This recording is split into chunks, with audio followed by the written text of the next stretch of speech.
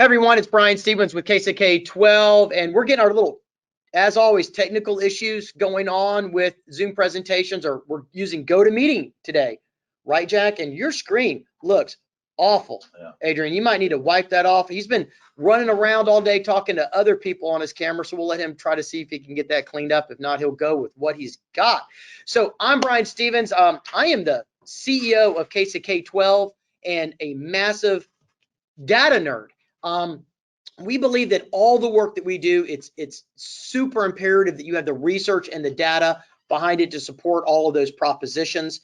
I've asked one of our partners, not one of our partners, but one of the partners, Adrian Bond, to come and provide a little bit more insight into the day-to-day affairs. So I'm the data nerd. We do all the research here at our main office. Adrian works with out in the field more, so he can provide a little bit more of that human element, because it's much more than the raw data, and we're going to get into the raw data, but it's how do you interpret the data in a way that you can utilize for your school districts, and that's what's really important about this stuff. So it's not just the raw data, and we're going to try to give a little bit of interpretation as we go on, right, Adrian? That's correct. And as always, we have our producer Jack Gallup here, so thanks for, I say producer, he's the one that actually runs all the polls and gets all the data together for us to interpret. So thanks, Jack. So we're going to go pretty quick. I'd like to get this done in about 40 minutes. I've got a few caveats to produce. And as always, if we're going to email this data out after the fact, we'll put it on an e-blast. We'll give you the entire slide deck. Not just this one, Jack, but the full slide deck also. They can have all of that. So if you want all of that, you let us know. And if you have questions, one person saying they can't hear right now. I'm hoping that that's not the only person. It could be a volume issue, and they might have to shut down and to get back up. So yeah, my mic is showing that it's operating right now. So Kelly, you might want to look on your end a little bit and see if there's an issue there. But if you do have questions, you can use the GoToMeeting. I'll try to pay attention, or you can email us after the fact, and that's Brian, B-R-I-A-N, at Caissa PS, which stands for publicstrategy.com. And so hopefully Kelly gets that resolved. If not, we'll send out the feed to you afterwards. So I'm going to make sure I pull up my screen here so we can start to get through the data a little quicker, and I can stop looking at my ugly mug on the screen. So this is much better for me. So I'm not going to tell you about Caissa. This is a really busy slide. We're going to skip all that. Just so you know where we're coming from, we provide 4 services to traditional public schools, exclusively traditional public schools. We recruit students back to their district from homeschools, charter schools, private schools, neighboring districts, whatever. We retain those students from leaving. We do research like this, and we help you train in those components. And the data is really critical. Now, notice I said recruit students. We don't recruit teachers. We literally focus on getting you more students and keeping your students. So that's our space. Right, AB? Okay, great.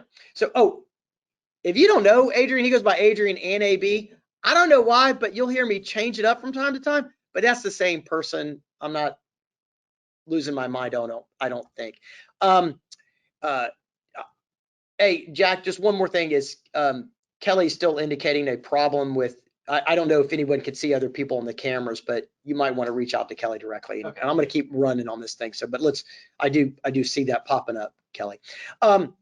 So the goals of every one of our polls, the goals of all of our data is to ensure that we can recruit and retain students. That's the baseline. We've been doing these national polls for a couple years, and you should consider this data as a baseline. Right? Individual districts may vary from these numbers a little bit, but it's always great to have a baseline of data. And so that's what we're going to give you. We ran multiple polls this past year. Our National Recruitment and Retain Survey, which is principally this survey, which tells you what parents and caregivers care about. What are they thinking about? Are they thinking about changing schools? And if so, why? And how do you keep them? And also, we've run some polls relating to the actual COVID issues that are going on out there in the world, and so we're kind of punching that together right now. So yeah, we're members of lots of groups, and so we'll move that methodology. I want you to understand this is a pro poll. We don't do anything that doesn't meet with the American Association of Public Opinion Research, so it's all scientific, plus or minus 3.5% 95% level of confidence. So great, right? We have traditionally broken our surveys down by Census Bureau region. It seemed like a good way to do it when we originally started. So you have these 4 massive census tracts in the United States. And so we do a national poll, but we also carve it out in those 4 census areas. And the one thing that I thought about, Adrian, doing differently is not breaking it down by census tract in the future, but instead breaking it down to the states that have a lot of competition, the states that have moderate competition for school choice, and the ones that don't have as much. But I don't know if we'll do it that way in the future. I would say if you've got a thought on that, you can email us or let us know. Right now, we're going to keep it to census tract. So you got kind of Southern, Midwestern, out West, even though California is very different than Wyoming and Montana. But this is the way the Census Bureau does it. So there's your background on that. Wow. So why do we do these surveys? It's because, and I think if you're on this, you know that school choice is becoming more and more prevalent. I know that you know that if you're on this call, but if you want some data to support that, I've added a lot of data on here to support the proposition that school choice is really big. And so I'm going to hit a couple little examples before we get into the data. This is a budget from a charter school that this is what they spent $2.4 million in 1 year on recruiting and retaining students. So they are doing communications research, they are doing research, they're doing media relations, they are doing digital campaigns. I mean, this is big. This is bigger than what any of the biggest school districts should spend on recruiting students. Like this is exorbitant, but that's what they're doing to get your students, right? This is more than I would recommend you spend even with us. All right, that's how I think they're throwing a little bit of good money after bad money on this one, but it's crazy, right? Here's another one. Yeah, we got good data. We do our research, right? Here's one that happened. Well, this is in 2018, so it's a couple years old. They spent $850,000 in, it was only in like 2 or 3 months, September, October, November. So it was 3 months. $850,000 on television ads, radio, print. They are recruiting your students. They are actively running campaigns to do this. So that's why competition is fierce. And look, I'm not going to get into the data slides. This isn't ours. This is the U.S. Department of Education's data sources. But just by way of background, you know that there are more charter schools, elementary schools, and that's only one bucket. Now you got virtual schools and homeschools and private. You've had private schools for a long time, and the religious schools, absolutely, and the neighboring districts with open enrollment. So there's all these ways to compete, and that's why this data is valuable. So let's get in to the actual data. I love this slide. Jack put this in here for me because these are the most prevalent areas fighting for school choice, and you'll notice that California, Arizona, New Mexico, Texas, Louisiana, and then down to Florida is a really hot button.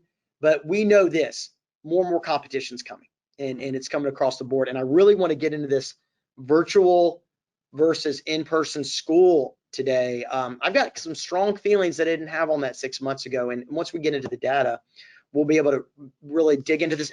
And really, one really pressing point is, I'm not your doctor, right? I can't tell you the safety concerns regarding COVID, and the vaccines are coming out, and it's doing better in different states. But when you're looking at this data, the one thing that struck me is I'm going to encourage you to get your students back into school, not because of safety, like you have to factor in those safety concerns. I'm just one opinion on this, but the competitive advantage you have is being present and available. And I'll push back on you, Brian.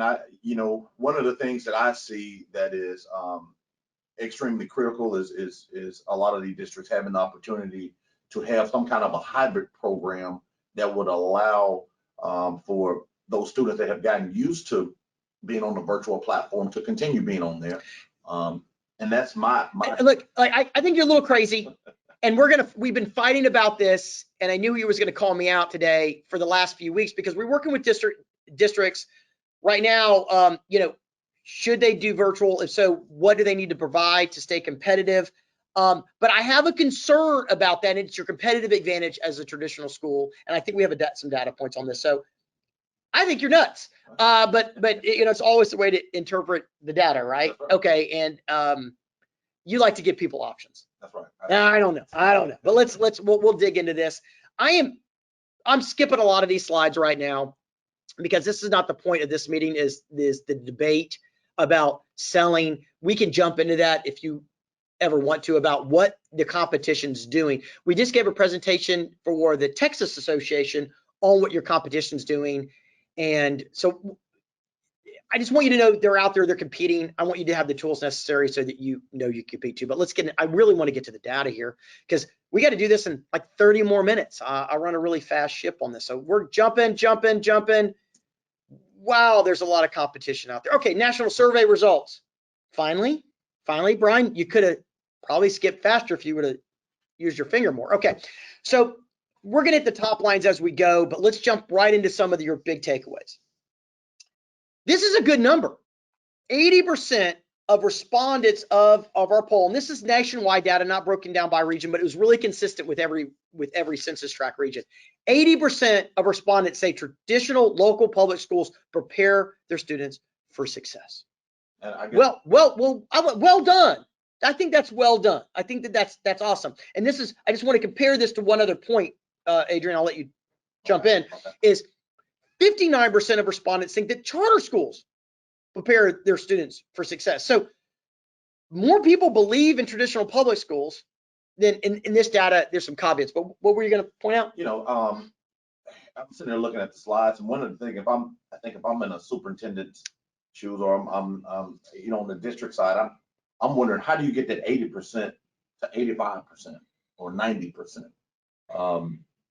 You know, that would be my concern. I got you. So what you're saying, what you're hearing is that people want to increase their satisfaction scores, right? They want to increase. Okay, it's a trap. Don't try to increase your satisfaction scores, your approval rating beyond 80. It is, and here's the reason. You can use political examples, customer service examples. It's 11 to 14% of the people hate everything. In every poll we've ever done, we've been doing it for 20 years now, okay, I'm getting old, is 11 to 14 hate everything. I mean, you literally, Adrian, could say, do you believe in feeding poor children that have no food? And you're going to get 10, 11% of the people that say no. I know you're shocked right now, but it's true, because they'd be like, they need to feed themselves, they need to pull themselves up, whatever the rationale is. Some people are just against everything. That 80% number is great. That is 83% is like a unicorn. It just doesn't happen. So when you're above 75%, I would say congratulations. You've done all you need to do. Keep that up. But now you need to go out there and run campaigns, because and this is a great point, how are charter schools getting more students and growing with 59% compared to your 80? It's because they're running those campaigns. They're running active recruitment campaigns, making the ask, doing all the, I've got a couple slides talking about what they're doing to run the campaigns, but they're better at making the ask. They're better at pounding their own drum. They're better at saying, look at me, how awesome I am. So it's the old McDonald's analogy, isn't it? McDonald's does not have an 80% approval rating on how great their hamburgers are. I'm sorry, they don't. Like, I don't know what the stat is, but it is not 80% of the people that think they have the best hamburgers, but they sure sell the most. And it's because they make the sell. So they got whatever percentage they need. You making a great hamburger, you're educating the students, you're going to treat them for success. Now you got to start pounding on your drum a little bit more. And I know educators aren't used to doing that, but the charter schools are. And that's why with 59%, they bagging students left and right, and they're the newest, coolest thing, you know, and so that's true too. So I would say 80% is enough. Don't try to shoot for 85. It's not a great return on your investment dollars. It's not worth the energy to try to get it up to that. Somebody might get 85%, but the issue is when you're at 85% plus, your support might be a mile wide, but it's only an inch deep. And as soon as you have an issue, there's no way that the people really support you vigorously. And I'm probably stretching that out too much. If you have some individual thoughts, we can get into that one-on-one, but 80% is great. Like, be really happy. And if you do individual polls in your districts or your areas, that's your baseline. 80% is a baseline. How are you? If you had 60%, you got some work to do. Yeah, like, you need to work on letting people know what you're doing, right? Yeah, Okay. that makes sense. Yeah, okay. And if it doesn't make sense, I'll talk really, really fast because I'm a lawyer, right, and an old soldier. I'll talk fast enough that you can't keep up. That way I don't get too many questions. So thanks. Okay, so this was a really interesting data point from last year. So I'm going to kind of pause on this one. Is since 2019, there's been a 20% drop on how parents feel about charter schools and their preparation for their children's success versus public schools, which have gone up 10%. Those are big jumps. I'm going to attribute a lot of that swing to COVID.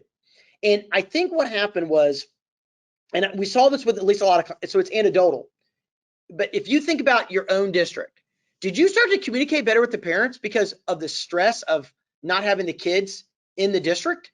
Did you start having more email communication, more text messages? You couldn't send stuff in their bags if they were all at home. But what we saw is a lot of districts really started to include the parents on email communications. So the parents started to develop confidence. So over communicating during the pandemic, and a matter of fact, we did a webinar with Mary from Henry County and her over communicating, and with Shelby County schools on them over communicating how they were building more trust. So I think over communication from traditional public schools really went well during COVID, and they saw a bump in the trust factor. And that's what this is. It's a trust factor. Charter schools dropped mainly because they were already communicating pretty well and they couldn't really go up. I'm not exactly sure what to attribute the full 20% to. Maybe they ghosted out. Maybe they disappeared for a while. Now this, if you could swing this much in one year, you could swing back next year just as bad. So continue your great communications. Continue your great communications. I'm sorry, what's that? Yeah, and I think one of the things that that I think all school districts need to be very conscious about is controlling their own narrative. You know, one of the things you brought up, Brian, was about the competitive advantage, and I know we've got some slides, so we're going to talk a little bit more about that. But I think if you are going to go in and have in-person school, you got to sell it. You've got to sell that competitive advantage. Okay, yeah, you want, I know you're chomping at the bit, Adrian, to get back into this. Do you go with a virtual model, a hybrid model, or in person? Can you give me a minute? Can you give me a minute? You're always trying to sell that stuff. Now, I do agree with you. Whatever you're doing, please over communicate. And the one thing that Mary said that was so pro was she was pushing this stuff out to the Chamber of Commerce and to Kiwanis and Rotary groups so they could spread the message of what you're doing too. It's really, really difficult to get the word out to people because they're so busy. Everyone's being over communicated with all the time. So whatever you decide, to your point, make sure you're communicating out over and over and over and over and over. And I'm gonna say it. Did I say it 7 times? I think it was 6. Okay. One more time. Over. I mean, 7 is that magical number of communications before people start to even know that you exist. And I think that the public schools did a good job last year of increasing their communication. Please keep doing that. It's working. It's working. That's awesome. Okay, great. I think it's great. Oh, now here's the number that terrifies me. This 53% of respondents think that homeschools prepare their students for success. Now, I should say this. Preparing students for success is the #1 driver on why a parent picks a school. We're going to get into that a little bit, but you need to know that's the #1 driver. If they believe that your school will prepare them for success, that's the foundation.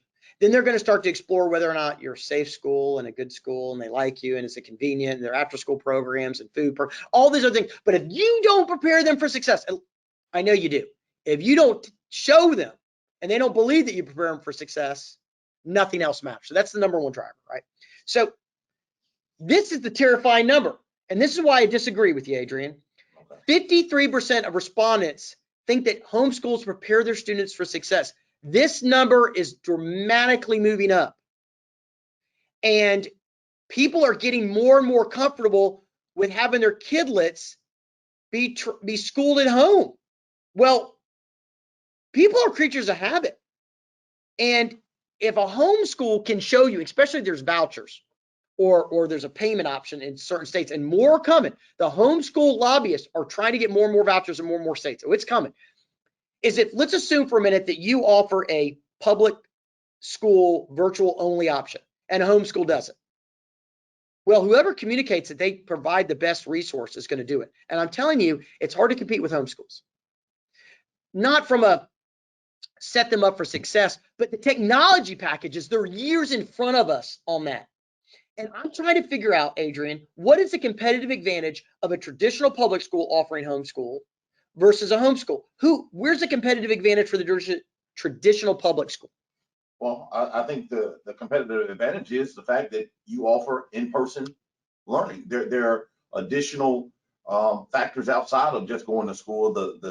You've got the athletics, the extracurricular activities, the clubs. All of those play a part that a lot of the homeschools don't have the opportunity to provide. Okay, well, some homeschools do though. They have their own sports teams, their own leagues. I think they're smaller, their groups, the moms really or the dads try to really coordinate that activity. They do, but it's not the same level. Right. But I do think a competitive advantage of traditional public schools are extracurricular activities. Homeschools are going to do a better job than they have been doing that. They're going to be working on that. Okay, so let's assume you decide to stick with a hybrid. What we have found is a lot of people are saying, well, I do the hybrid, but my kid doesn't like it. My kid decides what. Now that's anecdotal, but you need to be tracking that. If you give a hybrid option, you're seeing more and more people radiate towards not coming to school. They do some of the after school programs, but the kids, I mean, come on, man, they're kids. Sit in their pajamas, get their laptops open, do it on their phones, and just be left alone, and they can text with their friends and do all that. That terrifies me, because if they get in the habit, then they will start pairing, well, your homeschool versus their virtual school versus the charter school's virtual school. Your competitive advantage for traditional public schools is engagement and activity and seeing other people, man. Like you're not going to get 100% of the people anymore. You're going to have to let people that just want a pure homeschool experience go, I think. Hybrid maybe, but I get a little nervous that if you allow them to go, like in our school, my daughter had the choice of doing hybrid or staying home. And you know what she picked? Hybrid. And then she didn't like the hybrid. So no, what's she doing now? She's staying at home. Holy cow. Next year, what if she decides, man, I found this homeschool. I could just do this and not ever go back. I don't know exactly what the right answer is, but the data shows me that you need to be thinking about it. The data shows me we need to be working out a plan for what the rollout is. And so when you give them the option of staying home virtually, you might lose them permanently in another year or two. If I was running a homeschool or virtual school charter school, I would absolutely, as a competitive advantage, really get into providing unbelievable value. And I'd give them a laptop, I'd give them an iPad or something like that. I'd give them the technology. I'd help pay for their freaking internet, all things you probably don't have the resources to do. So I don't know what the right answer is right now, but I really hope that you're baking this in and thinking you're playing chess, not tic-tac-toe. And you need to be thinking long-term about the answers of the student. If the student loves virtual, what can they do to steal them that we can't offer? And you lose the competitive advantage of the activities and the sports programs and the after-school band and track. And if they can offer some sort of semblance of that, or if your school district lets the homeschool people come into all your sports programs, you've lost your competitive advantage. And so I really want you to be thinking about this as you move forward. And I know that we're doing a couple polls for some individual districts that are exploring this a little bit more. Yeah, that's right. Correct. Okay. Yep. Yeah. So I just want you to be aware of this, that you can have devastating effects down the road because you're not thinking about 2 years from now. All right. I probably talked about this slide enough, but I do want you to have some real takeaways today and exploring the potential impacts, pro and con, of virtual schools long term. When you create a habit with a person, it's hard to break that habit. So, all right, let's keep rolling. Right, Jack? Right. All right, Jack says to keep rolling. He was doing this 3 times for me. All right, Jack, we've got it. So what are the 4 main drivers that make a person choose a school district? And this is national poll, and you could certainly compare your own district for this, but we by and large found that these are the top 4 main drivers. Is that the top one is always that the child will be successful, that you're preparing the child for success.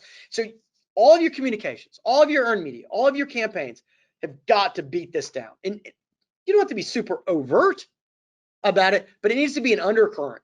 They're going to be ready. It doesn't mean college ready, but that they're going to be successful at life, whatever that is. Some districts want to be college ready. Some want them to have a great paying job. I mean, an $80,000 welding job to me is better than a $35,000 college degree from, basket weaving pro or whatever you go to college for nowadays, right? And so success, whatever success means to the parents, you have to convey that you're going to take care of. Oh, there was a district in Texas that created a program.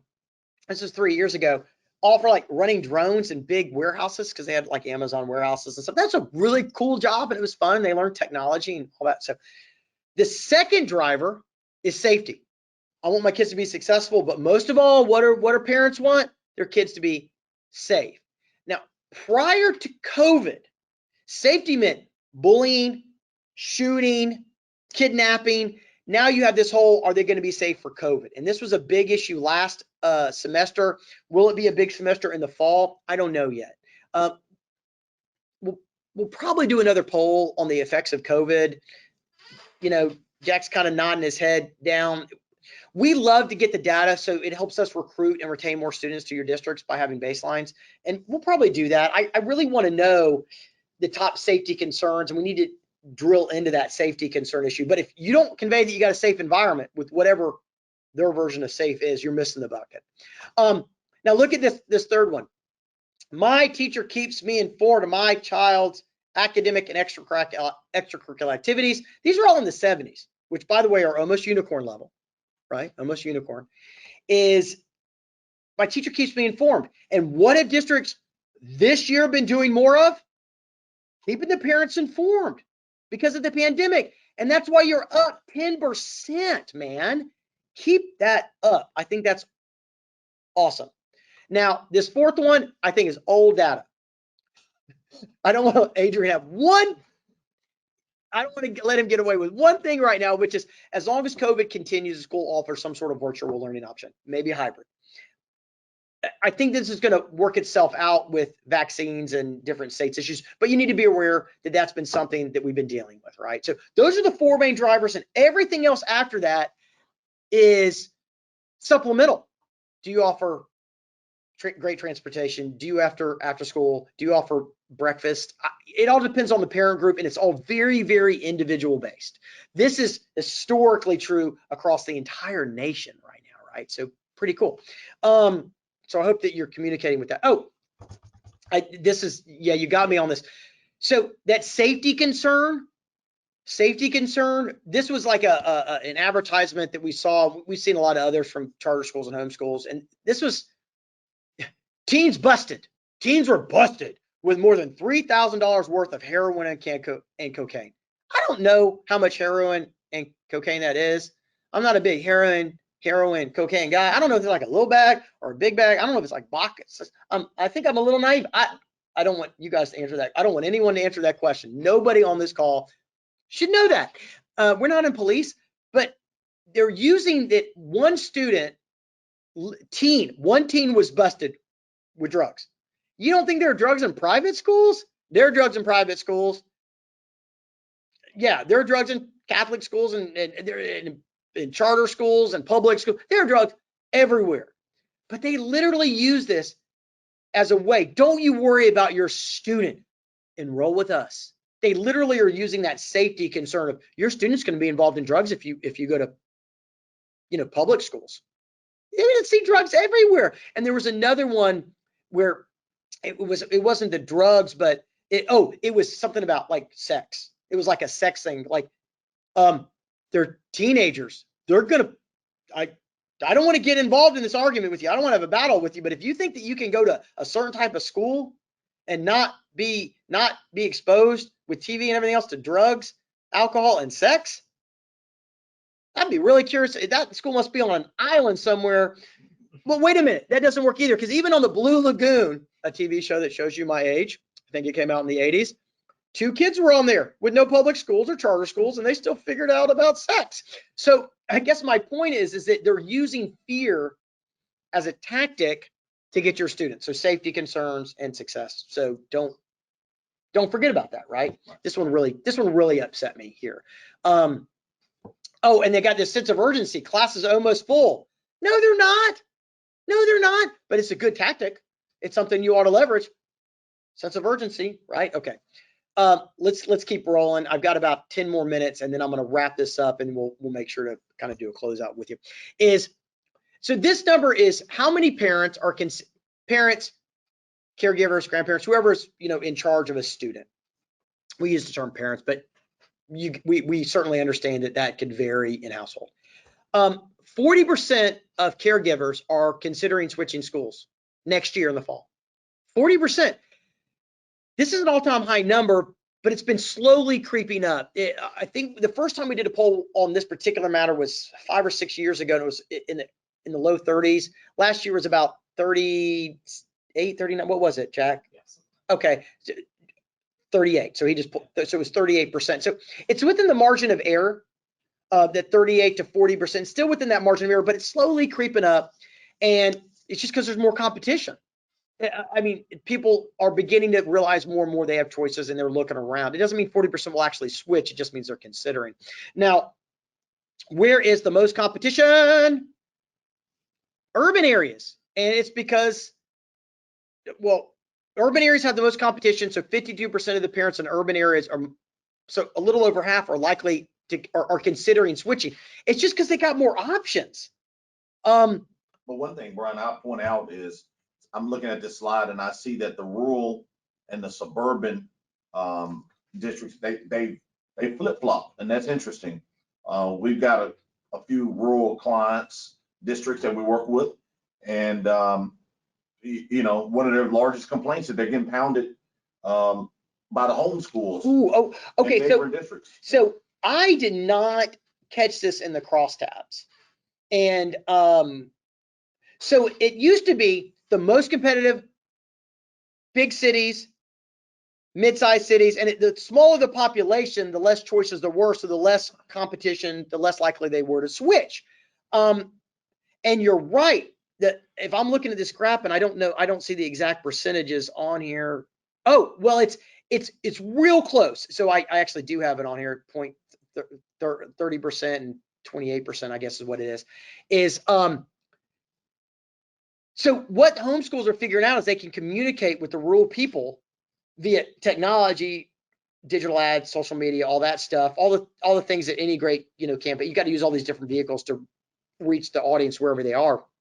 But now they're realizing, it used to be you would create a charter school in an area with 1,000 kids because you just can't get enough money, because charter schools are paid just like you are per student. Like, I think the national average is 7,800, but some districts are 4,800 and some are 13,000. But so they would go after the money, and that was in the big urban cores. But so watch out. That, I think that gives me my point.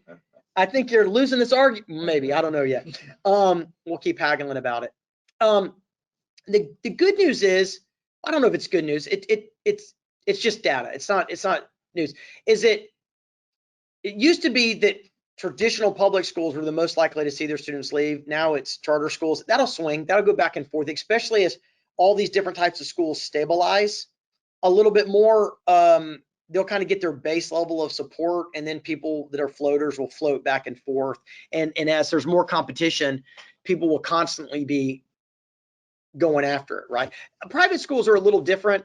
That's a real personal decision. If you want to cut a big check and kind of pay as your own for your education, the reason why they do this, they believe the schools are going to set their students up for more success. One, they are going to make sure they're safe. Two, and then all those ancillary reasons there. But that's primarily why they do it.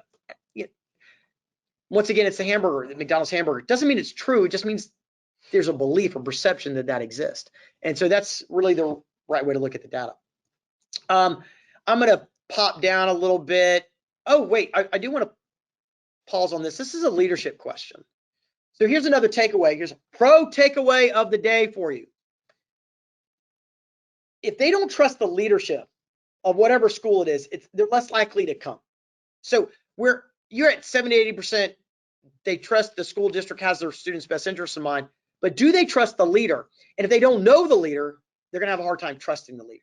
So if a lot of times when we come in to run recruitment or retention campaigns, we focus on the students and the parents, and the internal communication department then gets freed up to really advocate for the C-suite people, superintendent, the chief of staff, the directors, maybe some high-level principals, to really control earned media, to really promote those internal things about what they're doing. And that is so important.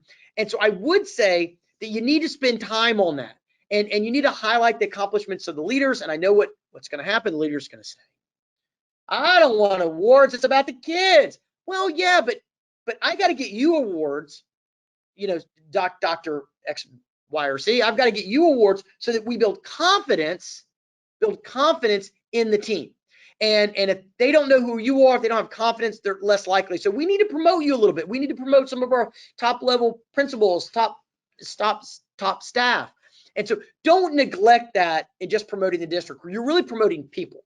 Even, some great students that have done well, but this is a leadership question.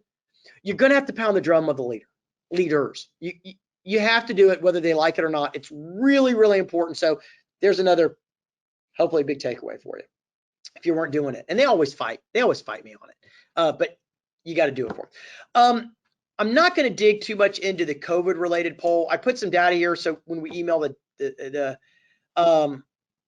this is like people were concerned about COVID. Some of this information is a little old about what they want. So I'm going to kind of, this is about the hybrid stuff. If anybody has individual questions, you can email me, Brian, BRIAN, at caissaps.com, CAISSAPS.com, or the email that we sent out for this link, and you'll put it in the next e-blast. You'll put how to contact you, Jack. Yeah. So if you have questions, you want to dig into some of this and compare it to some of your own data, or if you want to create data, let us know, right? So we can kind of compare that.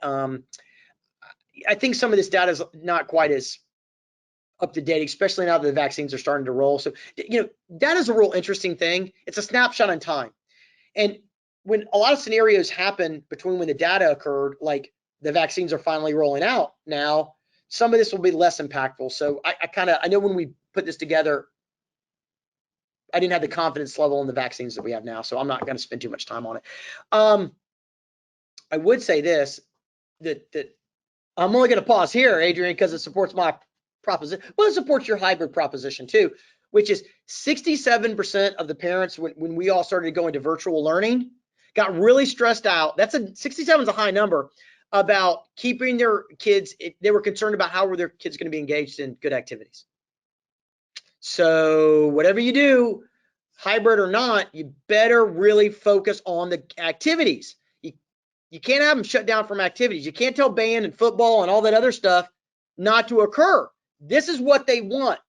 And they probably want them out of the damn house too, right? So, I don't know, but so if you're going to do a hybrid model, to Adrian's point, focus on what you're going to do with those activities, because that's your competitive advantage, right? That's right. Okay. Yeah. Right. Okay. Maybe that does support maybe that does support that you're smart and pretty. Okay. If you're going to do virtual learning on the hybrid model, man, this is where I get concerned about the competitiveness. Man, they're giving away laptops at online schools and homeschools and stuff, and maybe even access. So you got to make sure you're dealing with this. Do they have computers? Do they have internet access? Are you going to record the lessons? How are you going to have access to the teachers? Those are all the top drivers. And really anything 50% or over is what's considered big enough to care about. Access to their child is 47%, but on earlier stuff, people really liked it when their teachers spoke to them a lot more, and that was well over 50. So that's why I left that one on there for you. Okay, I'm gonna not go over any of this. I just want you to know that what we did provide you with is the questions. At the end of this are the actual questions that we asked, and I bogart them. Take them. Use them for yourself. I mean, if you want us to do the poll, we'd be super excited to do the work and to hang out with you and teach you all this stuff. But you can take these questions. One thing that I hate is bad polls. And you can automatically know a bad poll if you see compound questions, right? Compound questions are too complexity, where people aren't paying that much attention to these things. So you got to make them really simple, concrete, and ensure that you're asking one question at a time, and that the question you ask allows you to do something with the data. All too often people ask questions they're really curious about, but they can't utilize it. And so every question that we ask, if you find out something based on this question, can you then go and do something about it to recruit or retain students, right? At least that's the way this poll was designed. So look, bogart the questions, utilize them. I mean, you could give me credit or something by saying, you know, Brian and Jack drafted these or something, but I want you to have all that information. Oh, look, the emails are at the end. So you can email me or Adrian on the slide deck, and it's right there. Sorry, Jack, I didn't see that before. So that's a lot of data in 40 minutes. And I like to keep these things, and you're gonna know what a massive nerd I am. An hour-long webinar should be 42 minutes. An hour-long webinar should be 42 minutes. Mainly because after about 43, 45 minutes, people start dropping off like flies. And we've kept a nice attendee count right now, but I know people are now worried about going to the bathroom and getting their lunch and doing other things. So I like to do really fast ones. It doesn't mean that if you want to have a one-on-one with us, that we won't walk through some of these elements individually with you. I'll do that. I mean, that's just fun, and I'll learn from you and you'll learn from me. And that's how we'll go. So I think that some of the big takeaways are, one, parents or caregivers are thinking about switching as much as they ever have. Competition's out there, you know that. Number two, if you're going to do a hybrid plan, as Adrian suggests, you better communicate it out really, really well. And I'm going to encourage you to do something with the after school activities or before school activities to keep people engaged, right? I think that those are really massive drivers. Third big takeaway is, if you're in the rural areas, you're going to start to be susceptible to competition now. It's coming. Years past, not a big of a deal, but you better start kind of getting ready. Homeschools, virtual schools are coming now, and I think that's going to be a big takeaway. Did you have any additional takeaways? No, I think again, one of the things that I can't stress upon more is just controlling your own narrative. Charters, privates, they do a great job of explaining why they are better than you all without the facts oftentimes. And so I want to ensure that all of our traditional public schools are doing the same thing. Well, yeah, I mean, it's not that they commit more resources to it because they have to. They were the new kids on the block, but they're not stuck in. Since it's a new model, they can be a little bit more flexible. It's not that they're necessarily better at communicating, but maybe they have $2.4 million for that little school district, that little truck. That's too much. 850 seems like a lot that seems like a lot too. They're overkilling it a little bit, but earned media, when I say earned media, free media for you communications experts, you know what I mean, but for you superintendents that are on, advocate your strengths, start doing op-eds, start doing e-blast, start to go, get your top chiefs or, to go on a little road show from time to time to the chambers and Kiwanis and business schools. I mean, you got to sell what you're doing right. I know you want to focus on training the kidlets, and that's awesome.